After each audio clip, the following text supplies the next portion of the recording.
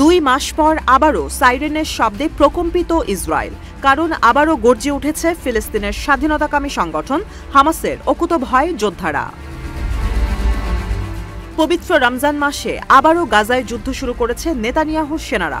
Rocket হামলার মাধ্যমে এর দাঁত ভাঙা জবাব দিয়েছে হামাস।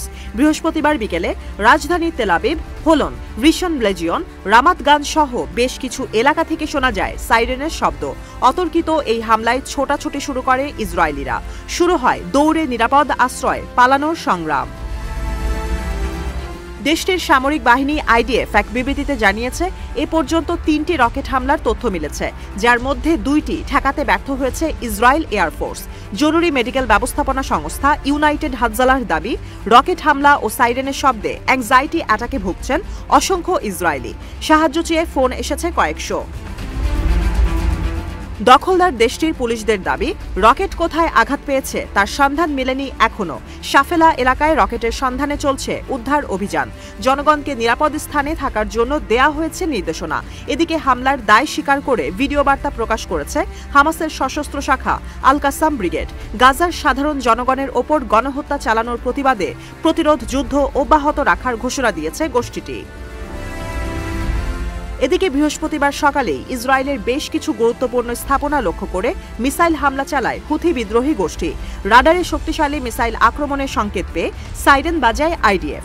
ইসরায়েলি অ্যাম্বুলেন্স সার্ভিসের তথ্য বলছে, এ সময় ছোটাছুটিতে আহত হন কমপক্ষে 13 জন।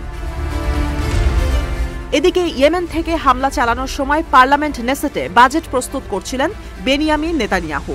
মিসাইল আঘাত হানার আগেই ইসরায়েলি প্রধানমন্ত্রীকে সুরক্ষিত গোপন স্থানে সরিয়ে নিয়ে যাওয়া হয়। হোম ফ্রন্ট কমান্ড নিশ্চিত করেছে, জেরুজালেম, তেল আবিব ও দেশের মধ্যাঞ্চলে সাইরেন বাজানো হয়। আইডিএফের দাবি, ইসরায়েলি আকাশসীমায় প্রবেশের আগেই মিসাইলটি ধ্বংস করা হয়। তবে দেশটির গণমাধ্যম চ্যানেল 12-এর প্রতিবেদন বলছে, আকাশসীমায় প্রবেশের পর মিসাইল ধ্বংসে সক্ষম হয় বিমান বাহিনী।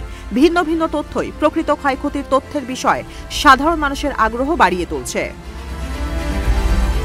ফিলিস্তিন টু হাইপারসনিক মিসাইল আক্রমণের খবরে শেষ মুহূর্তে ঘুরিয়ে দেওয়া হয় লন্ডন থেকে তেল আবিবে সফররত ফ্লাইটের গতিপথ। নেতানিয়াহুর যুদ্ধ শুরুর পেছনে এপ্রিলে শুরু হতে যাওয়া বাজেট অধিবেশনকে দায়ী করেছেন বিশ্লেষকরা।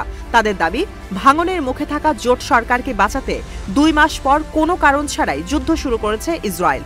তবে শক্তিশালী এই হামলাই বলে দিচ্ছে, এত সহজে ইসরায়েলের বাজেট অধিবেশন বসতে দেবে না হুথি বিদ্রোহী গোষ্ঠী।